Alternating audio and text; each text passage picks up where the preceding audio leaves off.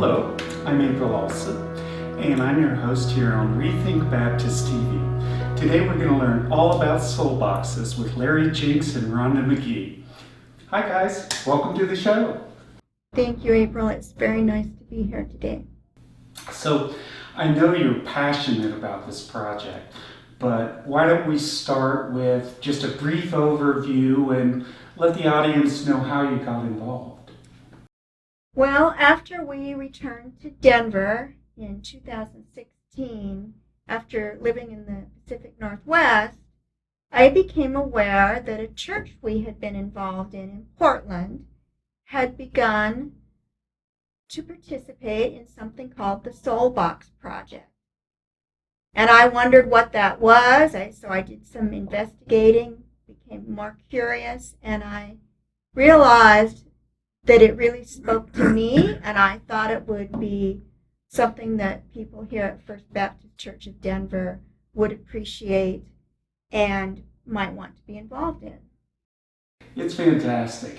But what are you hoping to accomplish? What are the objectives? The purpose of the Soul Box Project and the objective is to bring healing to those who are seeking solace, to raise awareness about the scope of the gunfire epidemic in the United States, and to provide visual support, honoring the many, many victims, and in support of other agencies and entities that are striving to create a safer, more civil society.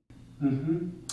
Well, I understand that you have a personal connection to the Columbine story. Do you mind sharing that? I'd be glad to.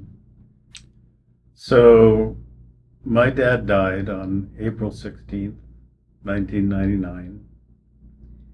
And I'm not in the habit of memorizing dates of death, but that date occurred 4 days before the Columbine massacre.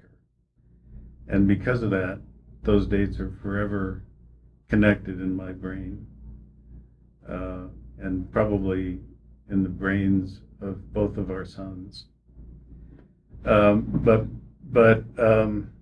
my dad had 5 children, and we were scattered around the country. I had a brother and a sister in Orlando, Florida, another brother in New York City, another brother in central New York, and I was living in Denver at the time. And we had all made arrangements to rendezvous in central New York for my dad's funeral, which is where he spent most of his adult years. And we had all gathered at my middle brother's condominium in central New York, sitting around the living room talking about things my dad used to do, enjoying a laugh, having a good cry. And then,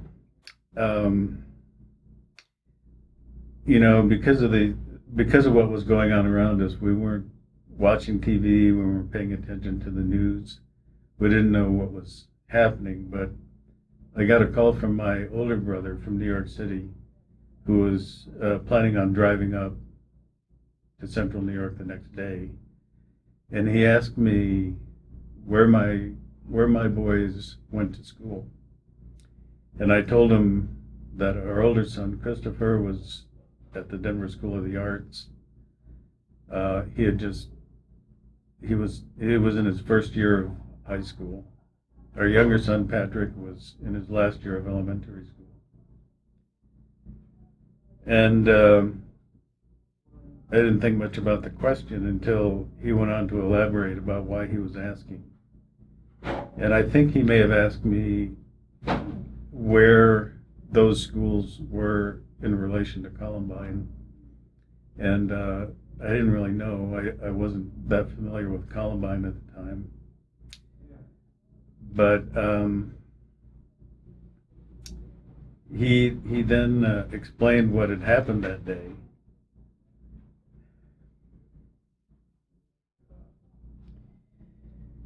And I just thought, oh my God.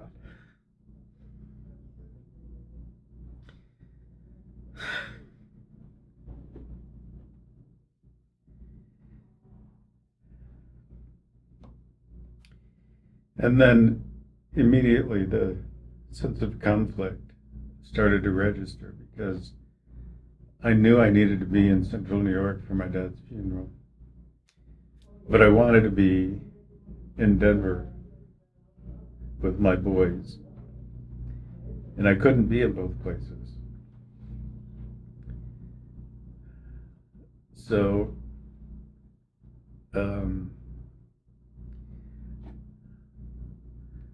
as I recall, all of my siblings and spouses just came together at that moment. And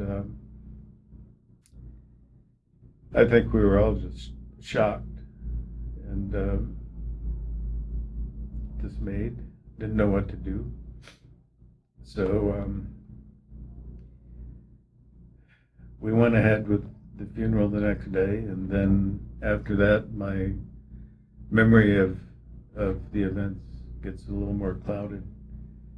I know I made it back to Denver, got together with my boys again, and then I learned from Rhonda that Christopher, who had a lot of friends the same age as those kids at Columbine. He was very deeply affected by it, and I think you knew that instinctively, which is why you were so conflicted when you were in New York. That he would be, because he attended a school that was attracted students from all over the metro area.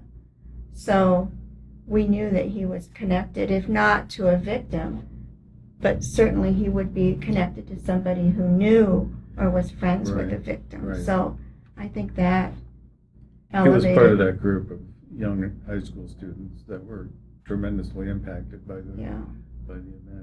And Rhonda told me later that she watched Christopher watching the TV.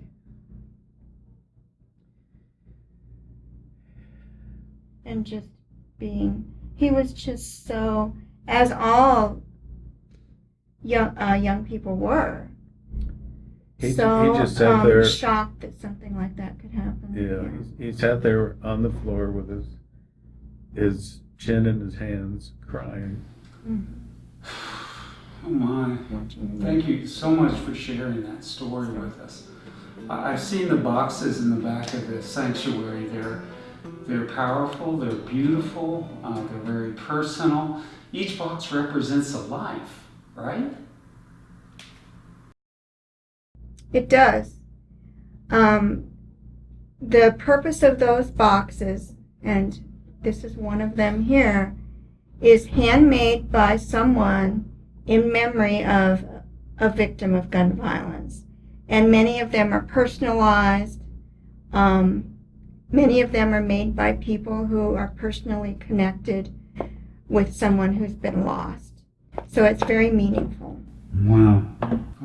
It sounds a little bit like the quilt project for AIDS victims years ago. Do you see a correlation? Oh, absolutely. And Leslie Lee, who is the founder of the Soulbox Project, says that she personally was inspired by the AIDS quilt project, which was such a significant display of the mass impact of that epidemic, and so beautiful at the same time. Well, I'm sure you have all kinds of data on the national averages of gun violence, but what's happening here in Colorado? Do you have any actual statistics? Well, I can tell you that since 2014, nationally, there have been 278,000 individuals either injured or killed due to gunfire. In the state of Colorado, the statistic I have most readily available is a little bit different. It captures all incidences of gunfire, including those where no one was actually injured, but there was an illegal discharge. And that number is 178,000 since 2014, which isn't that long of a time span if you stop and think about it. So the numbers are great. There's 57 children that have been impacted during that same time period. So we use the statistics to gauge the project and what the goals of the project are. How many boxes should we be striving to create? And once we get to that number, I've seen pictures of what's been created thus far. 59,000 boxes have been created. And when you see pictures of just 15,000 boxes, it's absolutely mind-boggling to see that many boxes in a single room. So we are hoping that Colorado can contribute somewhere close to 30,000 boxes toward that overall goal of 278,000. And what's ironic and sad about this as well is that, every single day that number changes, because each day in the United States, 100 individuals are involved in an incidence of gunfire. Well, it seems like the boxes don't just show the extent of the issue. People can use the process to get relief if they've experienced. Yes, indeed. I think that any creative endeavor or artistic action that anyone can take always has a therapeutic component to it, and that's one of the things that makes this so meaningful. Mm-hmm. Well, I love the display. It's super powerful. It's awesome. And I hope our listeners will come down to First Baptist Church and experience the display for themselves. And of course, you can come to our website at rethinkbaptist.org. Thank you so much, Rhonda and Larry, for joining us here on Rethink Baptist. Well, you're welcome, and thank you for having us. It's been my pleasure to be here and to share this wonderful project and our stories. Thank you, April. It's been a pleasure, although I had some difficult moments, but I'm glad to be involved in this project. Okay. Well, thank you. Well, I guess that does it for this episode, and until next time, this is April also signing off. Keep the faith.